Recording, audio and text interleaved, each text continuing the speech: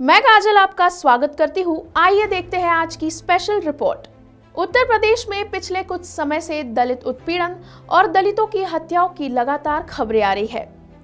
कई मामले आपसी विवाद से संबंधित है, लेकिन इस घटनाओं को राजनीतिक शक्ल देने की कोशिशें भी की जाती है। कई मामलों में तो दलितों के हो रहे उत्पीड़न पर कार्रवाई तक नहीं होती और ना ही उनकी शिकायत दर्ज हो पाती है। कई बार तो ये विवाद सांप्रदायिक संघर्ष में भी बदल जाते हैं।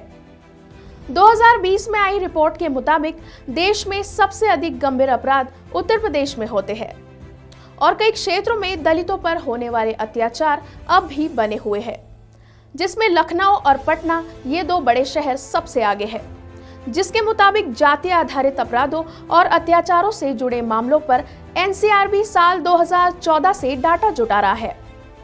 कहा जाता है ये रिकॉर्ड पुलिस द्वारा दर्ज किए गए मामलों पर आधारित है, इसीलिए संभव है कि जमीन पर हालात और भी खराब हो सकते हैं। और इसी बात का खुलासा करती एक घटना आज हम आपको दिखाने जा रहे हैं। ये रिपोर्ट लखनऊ से संवाददाता ओम प्रकाश ने भेजी है, जहां मोहनलालगंज तहसील में 1 साल पहले घटित मामले में पीड़ित परिवार अब भी यातनाओं का शिकार है। दरअसल इस परिवार का मुखिया बिजली विभाग से हुई चूक के कारण लगभग 1 साल से अपनी जिंदगी और मौत से जूझ रहा है और इसका खामियाजा भुगत रहा है पीड़ित परिवार।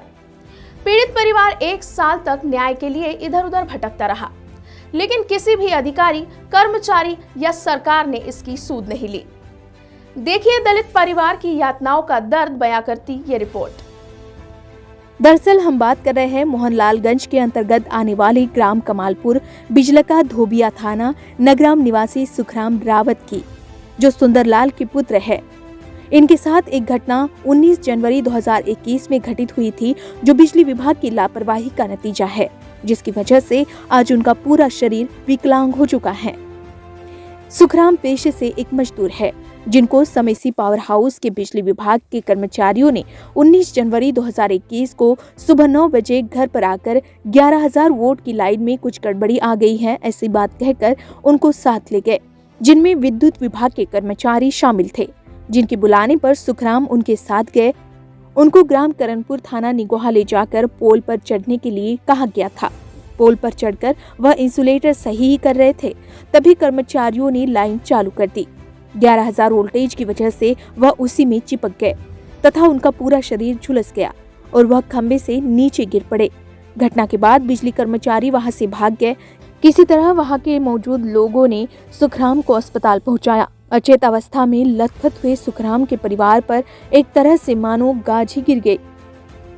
नमस्कार दोस्तों, इक्वालिटी न्यूज़ में आपका स्वागत है। आज हम एक अनुसूचित जात के जो एक परिवार है, बेहद गरीब है, जो कमालपुर बिचलका, जो विकासखंड मोहनलालगंज और तहसील मोहनलालगंज और लखनऊ जिले के अंतर्गत आता है, इनके साथ एक बहुत ही दुखद घटना पिछले वर्ष जनवरी माह में हुई थी, जो 2021 में हुई थी। तब से ये लगातार भुगत रहे हैं, जगह जगह दर दर भटक रहे हैं, अधिकारी कर्मचारियों के चक्कर लगा रहे हैं। मामला है, जी हाँ, मामला है कमालपुर बिचलका के धोबैया गांव का, जो पिछले वर्ष हमारे पास जो रिकॉर्ड के तौर पे है, तो इनके साथ एक घटना घटित हुई जो बिजली विभाग से संबंधित है। ये पेशे से मजदूर हैं और बिजली विभाग के द्वारा इनके साथ बहुत ही बड़ी घटनाक्रम को अंजाम दिया गया। यूँ कहें कि इनके साथ जो घटना घटी वो शायद जीवन में किसी के साथ भी नहीं घटी हुई होगी। इनके शायद आप देख रहे हैं पूरा परिवार है, बच्चे भी हैं, तो ये कैसे झेलते होंगे, क्योंकि ये पूर्ण रूप से अगर देखा जाए तो अपंग ही मानेंगे। इनके कैमरामैन से चाहेंगे कि पहले तो इनकी स्थिति दिखाई जाए कि इनके हाथ जब ये जले थे, किसी पोल पे इनको तरीके से बुलाया गया था धोखे से, और खंभे पे चढ़ा करके जो है इनसे लेबर के थ्रू जो है काम करवाया गया था। तो इनके साथ वो बिजली का शॉक लगा और ये खंभे से नीचे गिर गया और इनका शरीर पूर्ण रूप से झुलस गया था। उस समय लगभग 1 साल हो गया है, अभी भी वो लगातार इलाज करवा रहे हैं। स्थिति ये है कि ये मान के चलिए पूर्ण रूप से हैंडीकैप यानी अपंग हो चुके हैं। कैमरामैन से चाहेंगे कि पास आके दिखाएं कि इनकी हाथ की क्या स्थिति है, और पीछे जो पूरा हिस्सा जला हुआ है आप देख सकते हैं कि इनकी हड्डियाँ तक हाथ की तरफ, चाहेंगे कि हाथ की तरफ भी दिखाना चाहेंगे, हाथ जो है पूरी तरह से ये हड्डियां दिख रही हैं इनकी, और ये मान के चले विकलांग ही एक प्रकार से हो गए हैं। इनका परिवार कैसे चलता होगा, आइए हम परिवार से भी इस दुखद घटना के बारे में हम जानकारी लेते हैं कि आखिर ये घटना कब घटी थी और इस पे कार्रवाई अभी तक क्यों नहीं हुई थी। क्योंकि जैसा कि हमारे साथ जो साक्ष्य मिले हैं कि इनको 1 साल लगभग जो शिकायत पत्र उप जिलाधिकारी, जिला अधिकारी, मजिस्ट्रेट और थाना परिषद जो भी कुछ बचा नहीं, इनके लगातार शिकायतें ही दी हैं, लेकिन एफआईआर इनकी जो है अनुसूचित जाति के होने के कारण जो है किसी भी तरह से एफआईआर नहीं लिखी गई थी। जब इसमें मानवाधिकार का डंडा चला है तब जाकर के निगोहा पुलिस, जो कि आज 1 साल से जो है लापरवाही बरत रही थी, मानवाधिकार के डंडे के बाद जो है 10/1/2022 को लगभग 8 बजे रात में जो है इनकी एफआईआर दर्ज हुई है, जो विभिन्न धाराओं में दर्ज की गई है। पिछले कई जो कि महीनों से ये झेल रहे हैं, इनके लिए दर दवा और पानी के लिए भी व्यवस्था नहीं है। तो हमारे साथ इनका परिवार भी है, तो आप देख सकते हैं कि इनके छोटे छोटे बच्चे भी हैं, आखिर ये कैसे गुजर बसर करते होंगे, और इनके बूढ़े माता पिता भी हैं। तो ये बहुत भी दुखद घटना है, जो कि अभी तक शासन या प्रशासन और जो विभाग के कर्मचारी जिनकी वजह से ये घटना घटित हुई है, शायद इनको धमकियां भी दी गई हैं कि अगर आप कहीं भी शिकायत करने जाते हैं तो हम आपके खिलाफ़ ये मुकदमा करा के, चोरी का मुकदमा दर्ज करा के, मतलब इनको पूरा तो इनका शरीर जल ही चुका है, उसके बावजूद भी ये धमकियाँ और दर ठोकरें खा रहे हैं। सुखराम का पूरा शरीर झुलस चुका है। किसी तरह से मौत के मुंह से वह बच तो आ गया, लेकिन लापरवाही की हद तो तब हो गई जब उत्तर प्रदेश की निगोहा पुलिस ने उनकी शिकायत तक दर्ज नहीं कराई, और तो और उन्हें भगा दिया गया। कर्मचारियों ने दबाव बनाकर अपना बचाव करते हुए इस मामले में अपना पल्ला झाड़ लिया, जिसके बाद न तो किसी भी कर्मचारी ने उनकी मदद की, यहाँ तक कि उनको अस्पताल ले जाने के लिए कोई भी सहयोग नहीं किया गया। इसमें सबसे पहले तो हम परिवार से भी जानकारी लेना चाहेंगे कि आखिर ये घटना कब हुई थी और अभी तक उन्होंने कहाँ कहाँ शिकायत पत्र दिया, और अभी तक क्या उनको मदद मिली है प्रशासन या शासन की तरफ से, या तो हम कुछ जानने का प्रयास करते हैं। क्या नाम है आपका? नीतू। नीतू जी, आप इनकी पत्नी? लगभग कितने दिन पहले घटित हुई थी आपके? 19 जनवरी को। 19 जनवरी 2021 को। 2021 को। तो अभी तक किसी ने आपकी तरफ ध्यान नहीं दिया? आपकी कोई नहीं, 1 साल हो चुके। 1 साल हो गया। तो ये शासन प्रशासन की तरफ से कोई मदद आपको नहीं मिली? कोई मदद नहीं मिली। आपने जो शिकायत पत्र दिया था तो शिकायत पत्र दिए थे, मगर वहाँ से भगा देते थे। तो ये कब की घटना? 1 साल लगभग हो गया है। 1 साल। तो आपने मानवाधिकार में जब कहीं शिकायत पत्र दिया है तब जाके आपकी सुनवाई हुई महिला आयोग से? महिला आयोग से। जी। तो ये घटना कहाँ पे हुई थी और आपके साथ कब हुई थी, कैसे हुई थी? ये घटना करणपुर गांव में हुई थी, थाना निगोहा पड़ता है। 19 जनवरी 2021 में हुई थी। कैसे घटना हुई थी, मतलब किस तरह से? आप वहाँ काम करते थे या कि संविदा कर्मी थे? संविदा कर्मी नहीं थे, हम लेबर पे रखे थे। लेबर पे रखे थे। हाँ। तो ये कौन कौन सम्मिलित था इस घटना में जब उस समय? इसमें प्रदीप थे और डब्बू थे, धीरज सिंह थे, और प्रदीप, धीरज सिंह, सत्यनारायण, दीपक सिंह, सत्यनारायण। इसमें जो अवर अभियंता होता है, जो जैसे कि एसडीओ हैं, एसडीओ या जीएस इलेक्शन साहब, इसमें कोई मदद वगैरह या कोई मदद नहीं किया हमारी तरफ से? क्या प्रतिक्रिया मिली आपको, क्या मतलब कहें जब आप इनके पास गए हैं शिकायत पर? इनके लिए गए हम तो फोन किया गया, तो इन्होंने कहा कि यहाँ पावर हाउस काम नहीं करता, तुमको हम पहचानते भी नहीं। मतलब ये जब घटना हुई तब ये ऐसा कहा गया? हाँ, हाँ, जब उनसे मदद मांगी तो कहीं तुमको हम पहचानते नहीं, हमारे यहाँ काम नहीं करते थे। जय मतलब यही, और ये एसडीओ विशाल कुमार त्रिपाठी? जी। सब लोग सचिन श्रीवास्तव जी और विशाल त्रिपाठी, इन्होंने कहा, और एक्शन साहब ने कहा कि तुम काम ही नहीं कर रहे थे वहाँ। अच्छा। हाँ। मतलब लेबर बेस पे बुलाया गया? हाँ। खम्भे पे चढ़ा कर हाँ। के साथ ये घटना हो गई, तो बोल रहे हैं कि जो है किसी भी प्रकार से कोई मदद भी नहीं मिली? कोई मदद नहीं मिली। तो ये हम बात करते हैं कि क्या स्थिति आपको झेलनी पड़ी है इनकी? अरे बच्चा खेत गिरों धर दिया, बेन डारा अपने बच्चे के कारण। हमारा लड़का एक है, कोई हमारा घर चलाने वाला नहीं है। 3 बच्चे हैं, बहुरिया है, हमारा बूढ़ा आदमी है। हमारा बच्चा न रह जाता तो हम क्या करते, हमारे दिया गुल हो जाते। हमारे यहाँ कोई पानी देने वाला नहीं है, हम क्या कहें, कोई लायक नहीं है, न कमाने खाने वाले। ये हमारा बच्चा है साहब, जो हमको मदद दीजिए।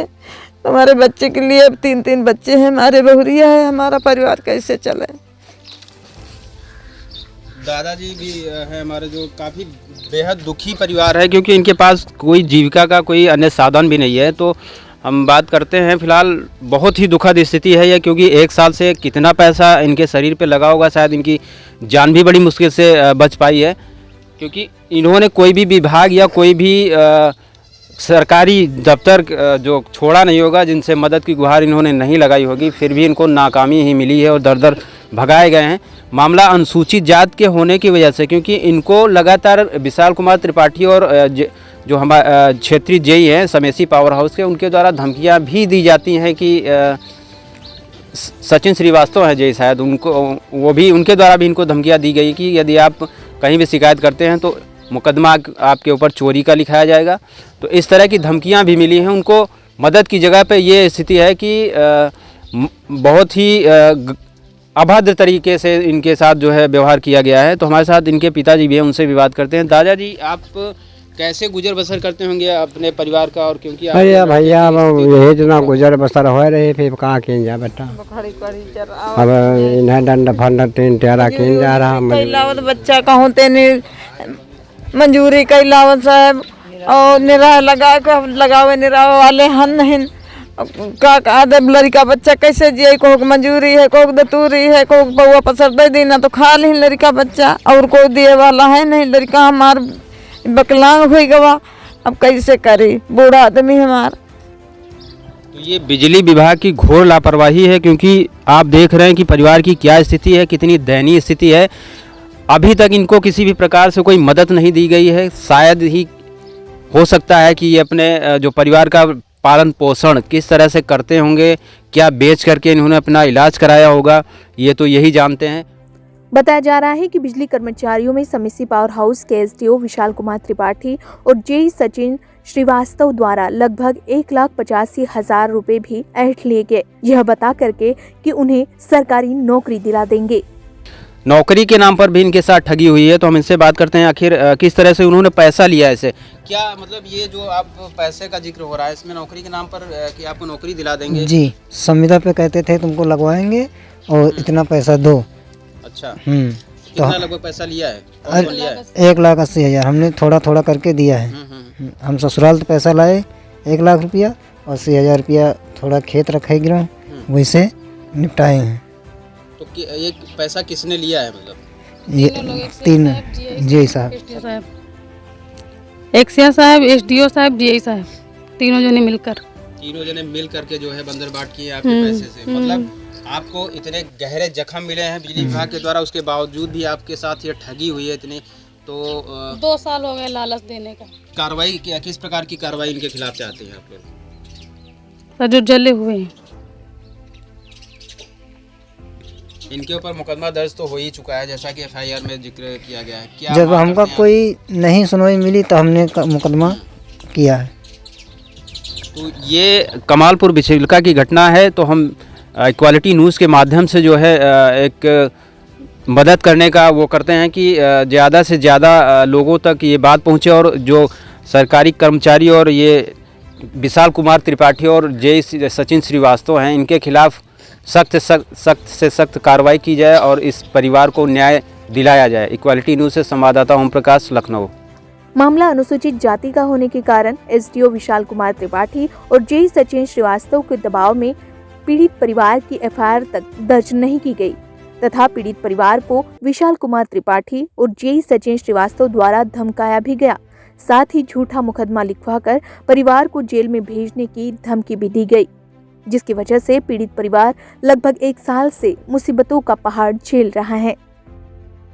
लगभग 1 साल बीत जाने के बाद परिवार ने मानवाधिकार से गुहार लगाई, तब जाकर अब कहीं उनकी एफआईआर दर्ज हुई है। पर सवाल अब भी यही है कि क्या यूपी सरकार का यही सबका साथ और सबका विकास है? कि दलित शोषित अपनी शिकायत लिखवाने के लिए दर दर ठोकरें खाता फिरे।